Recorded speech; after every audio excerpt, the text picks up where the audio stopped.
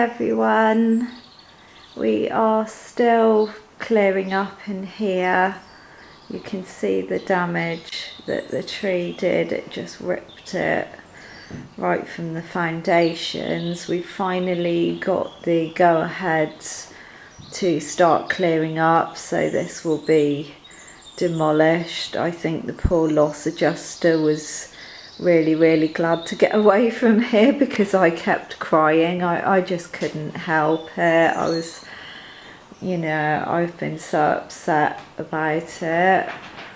I have decided I'm not going to do anything involving chemicals anymore because I did etching and stuff and there was literally stuff all over the floor in here. Anything that was still in pots has been safely disposed of, but I just don't want to continue doing that because of, you know, the mess it caused.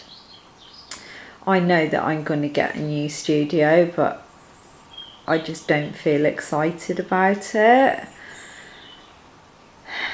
It's sort of making me reevaluate a lot of things, I think. We've managed to salvage quite a few art materials, but I've been paid for contents, but there was a cap on it, so I sort of salvaged what I can, and when I move back in I'll sort of assess where I am in terms of paint brushes really. I think I've lost quite a lot of those, and some of those are quite expensive to replace, and you know, just see where we go from there. I mean, I will be glad that this is being cleared up because it's been really hard for me to look out the front and sort of see it like this, and I can't spend very much time in here clearing out either because you get a real sense of vertigo because the floor at the back is so high. Your sort of brain's telling you need to be flat, but it doesn't think that you are. So yeah, I just sort of continue getting bits out really. This tree also has to come down. Man, shush you! Shush! They've always got a chip in. This tree's got to come down this week as a matter of some priority. Yes, it's a priority! That's up Mrs. Pom-Pom Duck. Yeah, it's got to come down as a matter of priority because it seems to have been weakened. And obviously if that goes, it's going to take the shed and a whole load more concrete. So I'm just slightly concerned about the wild birds because after the two trees come down, I didn't actually see my blue tits or the pair of great tits for over a week. We have conservation hedging around some of it, but I do think that they need some evergreens for shelter in the winter because it is very exposed here. So I'm thinking perhaps about some type of hedging at some point as a replacement in future, something evergreen to give them a bit of shelter. But I'll have to investigate more on the internet what kind of things are suitable for wild birds. That's part of the sorry, that's the metal shed where everything's blowing today because there's quite a strong wind. So yeah, I'm going to investigate for the wild birds what kind of things I need to be looking at as replacements.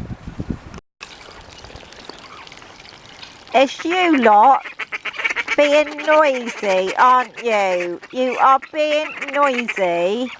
So noisy. There's been a pair of mallards in the ditch the other side of the garden, and it's quite early for us to see wild mallards.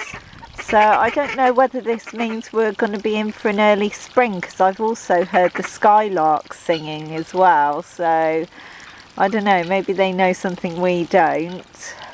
But as you lot, you're gobby, aren't you? You are gobby, and all these wild ducks come to investigate what you're chipping on about. Poor old Dibley. He's like the Hugh Hefner of the duck world now. He's getting on and he's got all these younger ladies that he can't really keep under control. They said we're not looking guilty at all. I'm standing out the way in the field chatter because we got a bracing northerly wind today. The world's noisiest tractor is coming down the lane. Everybody's just having their lunch. Good boy, Alphonse. Good boy. I'm afraid Bobble is getting very prima donna-ish about eating. I think he wants his delivered on a silver tray now. He's getting very fussy, wanting to be hand-fed. Mitten looks like a felty haystack. Whatever have you been doing? Look at you. Look at your fleece. It's full of moss. I don't know. What have you been up to, mister? I know. Good boy. He does like a fuss. They especially like scratchy right in there because that's where they get itchy and you can't scratch it very well yourself, can you? They have knocked over that ramp this week because they've been rubbing their bums on it. They tend to sort of start getting an itchy fleece towards spring when you shear them. That's because you get a rise on the fleece. It's where it starts growing again, I think. So yes, you're getting a little bit scratchy, aren't you? I'm afraid I'm having a lot of problems with this one as well at the moment. Get off my zip. Get off. Get down. Get down. Good boy. You're turning into the adolescent goat from hell, aren't you? He is just full of it all of the time and I can't really stop him. You're developing a range of unsavoury habits as only goats can, aren't you? You are. You're just being naughty a lot of the time. That's because he's coming up to about 1 now. So he's like you're like an unruly teenager a lot of the time, aren't you? Yes, you're very mischievous and he keeps on at my flipping hair. I've got to be so careful because if he gets hold of it, he will literally bite chunks out of it, won't you? I cleared the desk. This is where I normally have my sewing machine indoors so that I've got a little bit of room so I can, well, I've been sketching downstairs mainly, but if I want to come up here and do something, I've got some space. And I've just been doing a few cards with the digital stamps that I've been designing. Really, I'm just doing what I like, because one of the things that sort of bugged me when I stopped doing so much card making and had to go and buy cards, I could never ever find anything that I liked. So it's sort of, you know, nice to be able to get back to making my own, really, and it's quite therapeutic.